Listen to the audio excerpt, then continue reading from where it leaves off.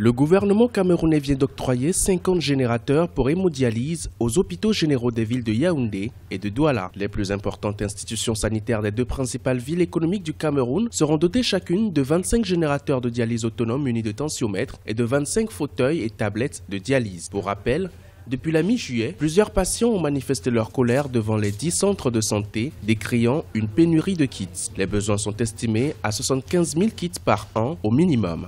Je pense que c'est déjà un bon geste quand on sait la souffrance qui a été celle des patients souffrant d'insuffisance rénale ces dernières semaines, notamment à Yaoundé, où ils ont carrément organisé un sitting devant l'hôpital général. C'est très attendu et on a pu lire le soulagement des patients. Le Cameroun, c'est environ 1000 patients, 1000 insuffisants rénaux chroniques qui doivent être dialysés chaque semaine. Le manque de matériel avait déjà causé plusieurs cas de décès.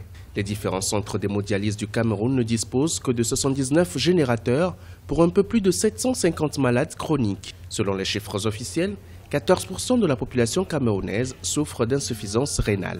Aujourd'hui, on annonce 11 tonnes de kits qui sont arrivés. Je pense que ça reste insuffisant. Le problème aurait pu être résolu si effectivement les engagements que prennent nos autorités au Cameroun étaient respectés. Récemment, il y a un député qui a révélé que pour cette année 2017, il y a 3,8 milliards de francs CFA qui étaient destinés à équiper les établissements hospitaliers en matériel d'hémodialyse. Dans les centres d'hémodialyse camerounais, la demande reste forte. Les besoins sont estimés à plus de 75 000 kits chaque année et il faut 2 séances par semaine pour les patients. La durée des séances peut varier de 4 à 6 heures de temps.